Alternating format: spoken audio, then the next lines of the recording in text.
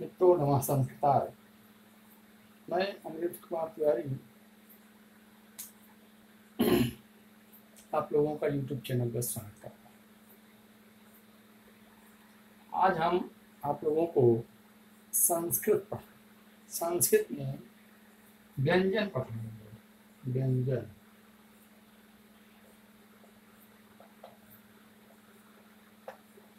क्योंकि इसके पहले स्वर हो गया था, स्वर के बाद व्यंजन आता है। व्यंजन की संख्या कितनी है? पहला प्रश्न, व्यंजनों की संख्या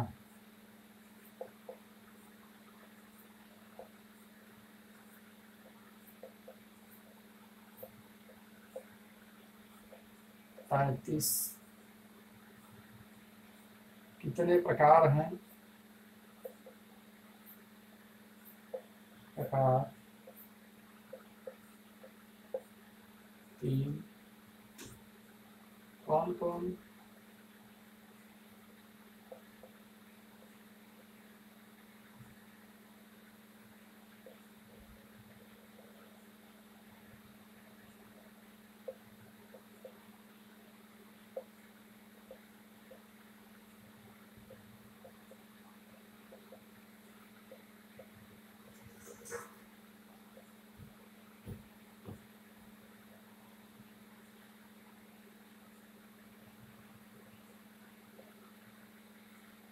ये व्यंजन है।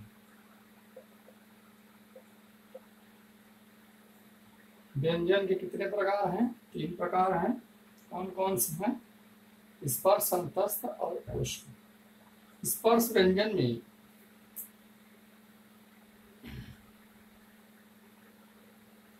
ये स्पर्श व्यंजन का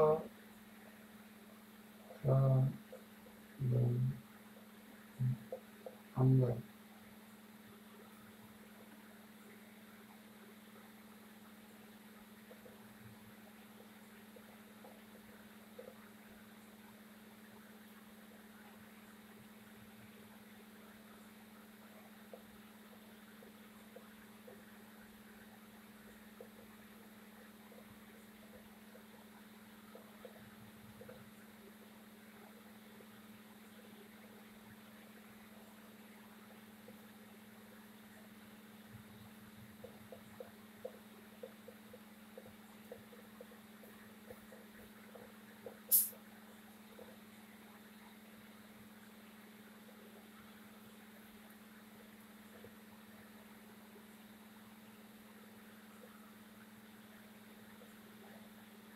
का से मात्रक व्यंजनों की संख्या कितनी है? 25। यही स्पर्श व्यंजन है। एक कता मुदो, हाँ क वर्ग। देखो इसी में वर्ग आते हैं। ये हो गया क वर्ग, ये हो गया च वर्ग, ये हो गया ट वर्ग, ये हो गया त वर्ग, ये हो गया प वर्ग। क वर्ग से लेकर के प वर्ग तक। ठीक, ये है क वर्ग से लेकर के प वर्ग तक की व्यंजनों की संख्या 25। इसी को हम स्पर्श व्यंजन कहते हैं। स्पर्श व्यंजनों की संख्या कितनी है? 25। कौन कौन से हैं? क ख ग घ ङ च छ ज झ ञ ट ढ ड ढ ढ त थ द ध न प फ ब भ म। ये हमारे स्पर्श व्यंजन है। इनकी संख्या कुल 25 है। और प्रत्येक वर्ग में कितने व्यंजन आते हैं? प्रत्येक वर्ग में क से लेकर के 5 तक, ये 5 हमारे व्यंजन वर्ग हैं। अब आता है अंतस्थ व्यंजन। अंतस्थ व्यंजन में कौन है? 4। इनकी संख्या 4 है। अंतस्थ व्यंजनों की संख्या कितनी है? 4। ये क्या है? देखिए भैया, अंतस्थ व्यंजन या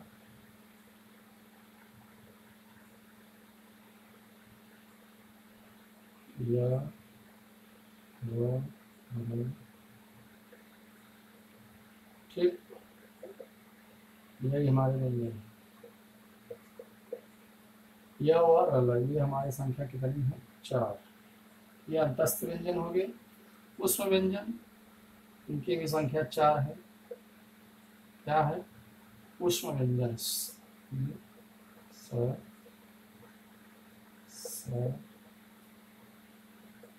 स ये हमारे तीनों स। देखिए स के 3 प्रकार हैं और एक हा।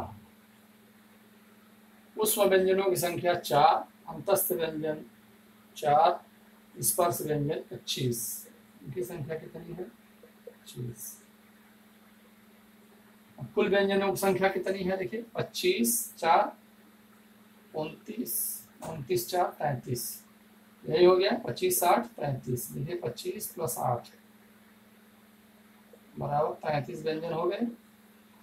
ये हमारे व्यंजनों की संख्या हो गई 33। कौन कौन हो गए? स्पर्श व्यंजन, अंतस्थ व्यंजन और उष्म व्यंजन।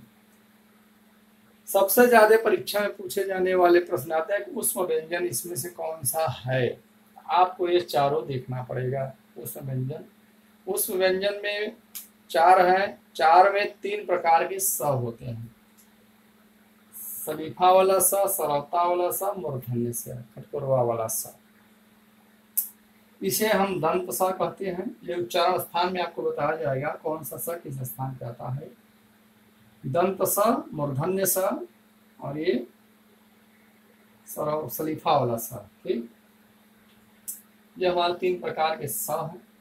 अंतस्थ वर्ण य व र, इन्हीं को हम यण कहते हैं। ये यण वर्ण है, यण वर्ण है। ये संधि में आपको पता चलेगा। स्पर्श व्यंजन है, ये स्पर्श व्यंजन है। तो स्पर्श व्यंजनों की संख्या कितनी है? 25 है। स्पर्श व्यंजन आपको स्वर में भी आएंगे, व्यंजन में आएंगे, व्यंजन में प्रयोग के आएंगे, उसके साथ साथ संधि में आएंगे। कौन सा वर्ण कहाँ आ रहा है। उसके बाद ये आपको प्रयत्न में भी आएंगे। स्पर्श को इसे स्पृष्ट कहते हैं, स्पृष्ट वर्ण। स्पर्श व्यंजन को स्पृष्ट वर्ण भी कहते हैं। ये आपको आगे बताया जाएगा। ये रहे हमारे व्यंजन जो शॉर्टकट में ट्रिक है। अच्छा, अब व्यंजन आप देखिए। अब व्यंजन की अगर कोई परिभाषा पूछे, व्यंजन की परिभाषा क्या है, व्यंजन कैसा होता है, व्यंजन के बारे में कैसे बताएंगे, इसकी मात्रा कितनी होती है, तो व्यंजन की मात्रा देखिए आधी होती है। व्यंजनों की मात्रा कितनी होती है? आधी। देखिए व्यंजनों की मात्रा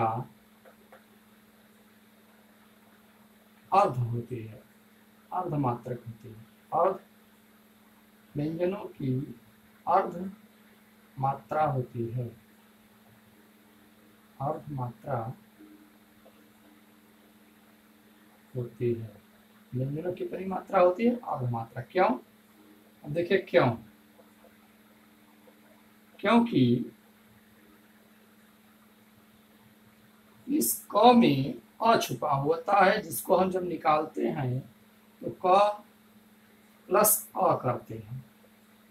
जब यही स्वर हम निकाल देते हैं तो ये बचता है केवल क।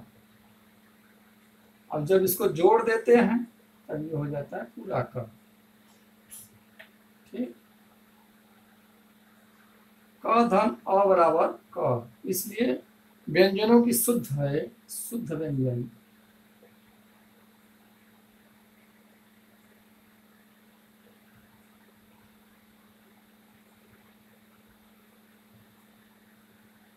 शुद्ध व्यंजन ये हलंत लगा रहता है, इसे हम हलंत कहते हैं। यह हलंत लगा रहता है, शुद्ध व्यंजन है। अब इसकी मात्रा आधी है, इसकी मात्रा आधी है। और व्यंजन कहते किसे हैं?